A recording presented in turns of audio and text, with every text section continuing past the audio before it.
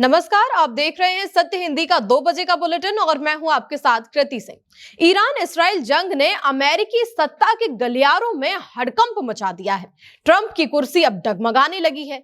25वें संशोधन की मांग जोर पकड़ रही है। इसी बीच ट्रंप के खास लोगों में से एक अमेरिकी रक्षा मंत्री पीट हेग्सेथ के खिलाफ भी महाभियोग का बिगुल फूंक दिया गया है। उधर मिडिल ईस्ट में भी हालात हर पल खतरनाक होते जा रहे हैं। इसराइल ने ईरानियों को ट्रेन के आसपास जाने से भी रोक दिया है, लेकिन ईरान में युवाओं ने अपने मुल्क को बचाने की ठान ली है और सड़कों पर उतर आए हैं।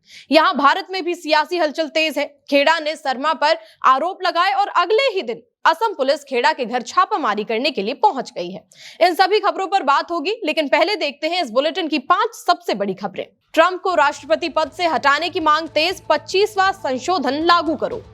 ईरानियों को इसराइल की चेतावनी, रेलवे ट्रैक के पास जाना भी होगा खतरनाक। स्ट्रेट ऑफ हॉर्मुज पर संयुक्त राष्ट्र में आज होगा फैसला, घेराबंदी पर विचार। कांग्रेस नेता खेड़ा के घर असम पुलिस की छापेमारी, शर्मा पर लगाए थे गंभीर आरोप। पश्चिम बंगाल में 90 लाख से ज्यादा वोटर्स हटाए गए, फिर से उठे सवाल। अमेरिका में ट्रंप को राष्ट्रपति पद से हटाने की मांग तेज होती जा रही है। कई सांसदों ने कहा है कि ट्रंप को पद से हटाने के लिए संविधान के 25वें संशोधन का इस्तेमाल किया जाना चाहिए। यह नियम तब लागू होता है जब राष्ट्रपति अपने पद की जिम्मेदारी निभाने के काबिल नहीं माने जाते। एरिजोना की सांसद यास्मीन अंसारी ने कहा है कि ट्रंप ईरान के खिलाफ खतरनाक और गैरकानूनी युद्ध को बढ़ा रहे हैं। वहीं मिनेसोटा की सांसद इल्हान उमर ने भी ट्रंप के बयानों पर नाराजगी जताते हुए उन्हें हटाने की मांग की है। न्यू मैक्सिको की सांसद मेलानी एन स्टेन्सबरी ने कहा कि अब 25वां संशोधन लागू करने का वक्त आ चुका है। इसके अलावा पूर्व रिपब्लिकन नेता जोसेफ फिडलर वॉल्स और सीनेटर क्रिस मर्फी ने भी ट्रंप के खिलाफ सख्त कार्रवाई की बात कही है। इन नेताओं का आरोप है कि ट्रंप के फैसलों और बयानों से अब हालात और ज्यादा बिगड़ जाएंगे। अमेरिका में ईरान को लेकर चल रही लड़ाई अब राजनीतिक विवाद बन गई है। डेमोक्रेटिक सांसद यास्मीन अंसारी ने रक्षा मंत्री पीट हेग्सेथ के खिलाफ महाभियोग की शिकायत दी है। अंसारी का कहना है कि ट्रंप सरकार की ईरान के खिलाफ कार्रवाई गलत है। अंसारी ने कहा कि ईरान में करीब 9 करोड़ लोग रहते हैं और इतने बड़े देश को खत्म करने की धमकी देना बहुत बड़ा अपराध हो सकता है। उन्होंने रक्षा मंत्री को इस युद्ध का जिम्मेदार बताया और कहा कि वही इस कार्रवाई को आगे बढ़ा रहे हैं। अंसारी का यह भी कहना है कि इस हमले में हजारों आम लोग और कुछ अमेरिकी सैनिक भी मारे गए हैं। उन्होंने आरोप लगाया कि रक्षा मंत्री ने कई बार नियम तोड़े हैं और संसद की बात भी नहीं मानी है। ट्रंप की पुलों और बिजली घरों पर हमले की धमकी पर अब अपने ही देश में उनका विरोध शुरू हो गया है। अमेरिकी सीनेटर क्रिस मर्फी ने इस धमकी को ट्रंप के कार्यकाल का सबसे खतरनाक और डरावना फैसला बताया है। उन्होंने साफ चेतावनी दी है कि अगर ईरान के बिजली घरों और सड़कों को निशाना बनाया गया तो इसमें हजारों बेगुनाह लोग मारे जाएंगे। मर्फी का कहना है कि आम लोगों और नागरिक ठिकानों पर हमला करना किसी बड़े युद्ध अपराध से कम नहीं है। उन्होंने राष्ट्रपति के आसपास रहने वाले अधिकारियों से अपील भी की और कहा कि वे ट्रंप को ये पाप करने से रोक दें। सीनेटर ने अपने लेख में लिखा कि अमेरिका को दुनिया के सामने इस तरह की क्रूरता नहीं दिखानी चाहिए। अब इसराइल ईरान के रेलवे इंफ्रास्ट्रक्चर पर हमला कर सकता है। ये चेतावनी इस्राएली सेना ने खुद अपने एक्स हैंडल से दी है। इस्राएली सेना ने अपने पर्शियन भाषा के सोशल मीडिया अकाउंट पर कहा कि ट्रेन में मौजूद रहना या रेलवे लाइन के आसपास जाना आपकी जान के लिए खतरा हो सकता है। सेना ने चेतावनी दी कि लोग आज रात 9 बजे तक ट्रेन से यात्रा ना करें और रेलवे ट्रैक से दूर ही रहें। हालांकि इस चेतावनी की वजह साफ नहीं बताई गई है, लेकिन माना जा रहा है कि ये संभावित खतरे या हमले के डर को देखते हुए जारी की गई है।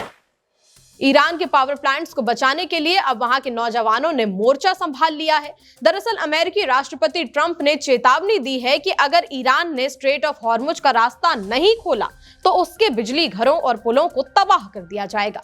ट्रंप की इस धमकी के बाद पूरे ईरान में हड़कंप मच गया है और अब वहां के छात्र, कलाकार और खिलाड़ी सड़कों पर उतर आए हैं। ये युवा देश के बड़े पावर प्लांट्स के चारों तरफ एक इंसानी दीवार यानी ह्यूमन चेन बनाने जा रहे हैं। ईरान के खेल और युवा मंत्रालय ने खुद इसकी अपील की है ताकि दुनिया को एकता का संदेश दिया जा सके। खास बात तो यह है कि यह घेराबंदी ट्रंप की डेडलाइन खत्म होने से ठीक 13 घंटे पहले शुरू होगी। ट्रंप ने साफ कर दिया है कि अगर बुधवार सुबह तक बात नहीं बनी तो हमला तय है। सीज फायर के प्रस्ताव को ठुकराने के बाद सुप्रीम लीडर मुज्तबा खामेनेई बोले हैं।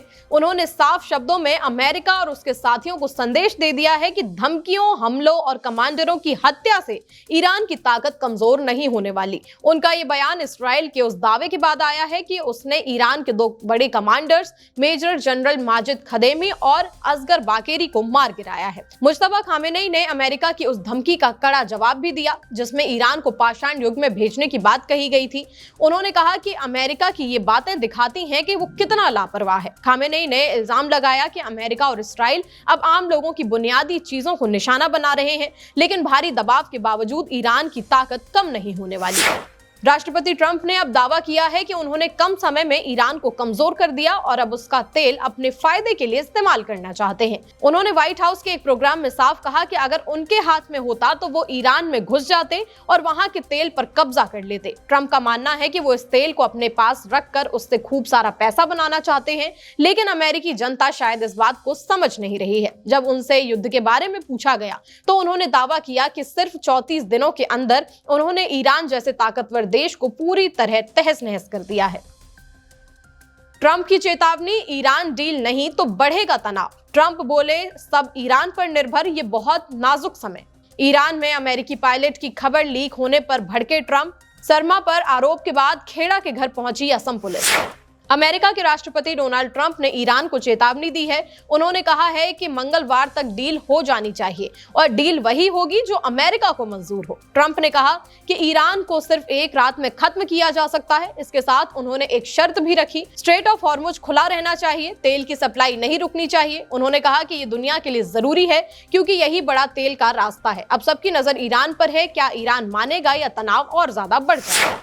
राष्ट्रपति ट्रंप ने फिलहाल ईरान के साथ युद्ध खत्म होने पर कोई साफ जवाब नहीं दिया है। जब उनसे पूछा गया कि क्या वो युद्ध को शांत कर रहे हैं या बढ़ा रहे हैं, तो ट्रंप ने कहा कि मैं अभी कुछ नहीं कह सकता, ये इस बात पर निर्भर करता है कि ईरान क्या करता है। ये बहुत ही नाजुक समय है। इसके बाद राष्ट्रपति ने स्ट्रेट ऑफ हॉर्मुज को फिर से खोलने के लिए मंगलवार की समय सीमा पर बात की। उन्होंने कहा कि उनके पास मंगलवार सुबह 8 बजे तक का वक्त है, मैंने उन्हें थोड़ी मोहलत दी है। ट्रंप ने बताया कि सोमवार की शुरुआती डेडलाइन को उन्होंने इसलिए बदला क्योंकि ईस्टर के अगले ही दिन ऐसा करना ठीक नहीं था। उन्होंने मजाक में यह भी कहा कि मैं एक अच्छा इंसान बनना चाहता हूं। ट्रंप ने आगे कहा कि अब देखते हैं आगे क्या होता है, मैं बस इतना बता सकता हूं कि बातचीत चल रही है और हमें लगता है कि वे ईमानदारी से बात कर रहे हैं, पर सच क्या है यह हमें जल्द ही पता चल जाएगा।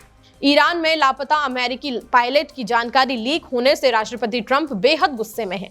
ट्रंप ने अब साफ कह दिया है कि हम उस गद्दार को पाताल से भी ढूंढ निकालेंगे। इतना ही नहीं, उन्होंने खबर छापने वाले रिपोर्टर को भी धमकी दी है। ट्रंप ने कहा कि या तो रिपोर्टर अपने सोर्स का नाम बताए, नहीं तो उसे जेल की हवा खानी होगी। उनका मानना है कि नेशनल सिक्योरिटी के साथ खिलवाड़ करने वाला इंसान बीमार है और उसे सजा मिलकर रहेगी। दरअसल पिछले हफ्ते ईरान ने अमेरिका का एक लड़ाकू विमान मार गिराया था, जिसके बाद एयरफोर्स का एक अफसर लापता हो गया था। ट्रंप का कहना है कि प्रशासन के ही किसी लीकर ने ये खबर मीडिया तक पहुंचा दी। इस खुलासे से मिशन काफी मुश्किल हो गया क्योंकि ईरान को पहले ही पता चल गया कि कोई दूसरा क्रू मेंबर भी अभी बचा है। स्ट्रेट ऑफ हॉर्मुज में ईरान की मनमानी रोकने के लिए आज संयुक्त राष्ट्र सुरक्षा परिषद में एक बड़ा फैसला होने जा रहा है। दुनिया भर की नजरें इस वोटिंग पर टिकी हुई हैं क्योंकि ईरान ने इस अहम समुद्री रास्ते को लगभग बंद कर दिया है। नए प्रस्ताव में ईरान से साफ तौर पर मांग की गई है कि वो व्यापारिक जहाजों पर हमले रोके और समुद्र में आवाजाही को बाधित करना बंद कर दे। अब हर कोई ये देखना चाहता है कि इस प्रस्ताव के पास होने के बाद क्या ईरान पीछे हटेगा या दुनिया पर मंडराता तेल का संकट और गहरा हो जाएगा। दिल्ली में कांग्रेस नेता पवन खेड़ा के दिल्ली वाले घर पर असम पुलिस छापेमारी कर रही है। दिल्ली पुलिस भी मौके पर मौजूद है। दरअसल रविवार को खेड़ा ने असम के मुख्यमंत्री और उनकी पत्नी पर विदेश में संपत्ति, 3 पासपोर्ट और हलफनामे में जानकारी छिपाने के आरोप लगाए थे। कांग्रेस ने चुनाव आयोग से शर्मा की उम्मीदवारी खत्म करने की भी मांग की थी। इन सभी आरोपों के बाद ही खेड़ा के खिलाफ ये कार्रवाई हो रही है। हालांकि इस वक्त खेड़ा अपने घर पर मौजूद नहीं है, लेकिन असम पुलिस छापा मार रही है। घर में मौजूद पुलिस लोगों से पूछताछ कर रही है। पश्चिम बंगाल में चुनाव आयोग ने हाल ही में करीब 26,76,000 से ज्यादा वोटर्स के नाम और हटा दिए हैं। इसके साथ ही कुल हटाए गए वोटर्स की संख्या अब लगभग 90,83,000 हो गई है।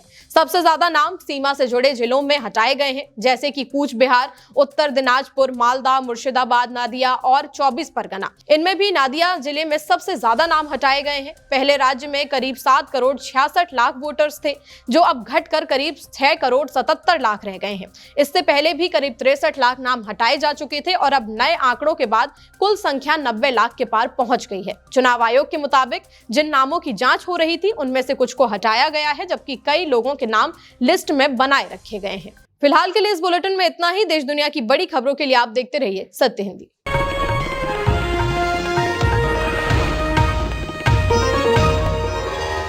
Copyright disclaimer under Section 107 of the Copyright Act 1976. Allowance is made for fair use for purposes such as criticism, comment, news reporting, scholarship, and research. Fair use is a use permitted by copyright statute that might otherwise be infringing.